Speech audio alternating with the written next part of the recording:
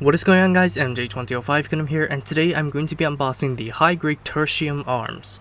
Finally, this thing has arrived, the only Gunpla that I give a damn about in September, because there was the Re-Rising Gundam, and I did do a review on it, so please be sure to check it out, but it's just the colors that are different. I never really took, any attention. I never really paid any attention to the price of the Re-Rising Gundam because I'm just not interested, but somebody have been asking me the thickness of the box because evidently it is going to be a jumbo big box, but it looks as though it is going to be just the same as the Heisen Play 2 raw box, which is going to be 14 centimeters in height.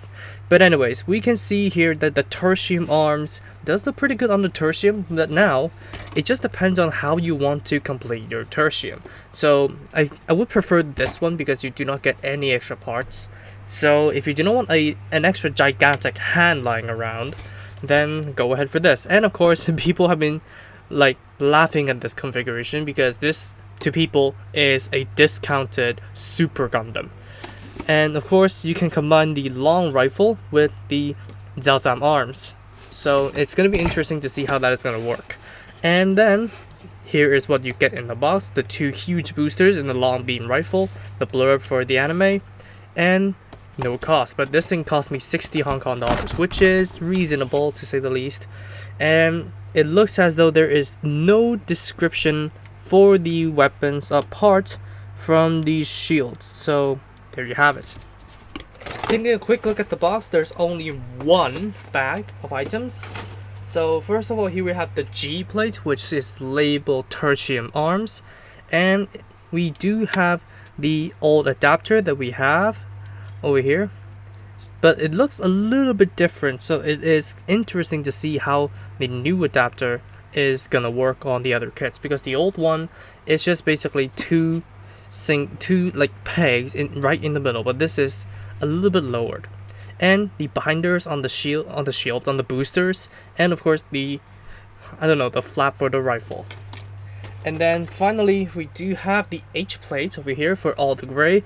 And as you can see here, the shields, they are gonna have the white stickers for the trim.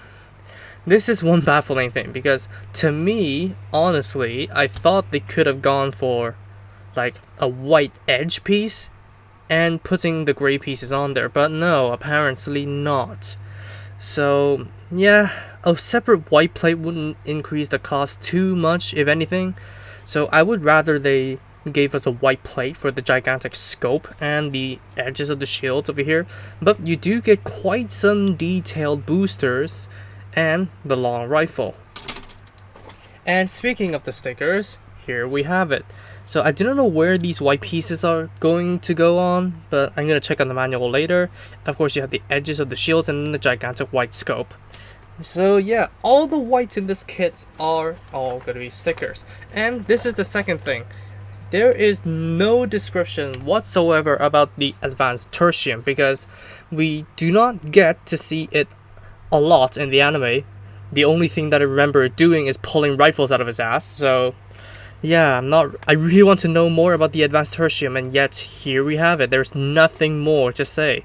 So here we have the construction of the binders, and then the long beam rifle, combining it with the Gundam Tertium, and then you do get the handles apparently, so that you can use the shields together or separately. So maybe use them as makeshift sparring weapons, I'm not too sure.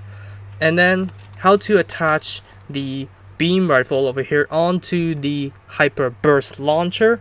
It is going to be quite the process if you're going in with a built kit, but if you haven't built it, then here you go, there's the instructions for you.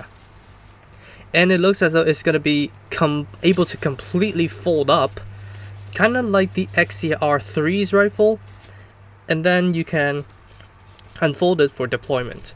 And it did show, thankfully, the completely folded form of the long beam rifle and the hyper burst launcher, so that's pretty good. Unfortunately, we do not get to see that in the anime, but maybe battle log, I'm not really too sure. So there is quite a bit of disappointment, but quite a bit of excitement for me. I really want to see how the advanced tertium will look on my shelf, because there is so many different shades of blue in the advanced tertium kit. So hopefully this would not be as disappointing as I anticipated, but it would have been nice if this instruction manual is the traditional style, where you get some information about the kit and Masaki Shido and more details on the advanced tertium as a whole while giving us the build instructions. So that's gonna wrap it up for the embossing. I hope you guys enjoyed it, and it's gonna be a quick build, so I'm gonna get this thing done and get to you guys as soon as I can. So I'm gonna see you guys there.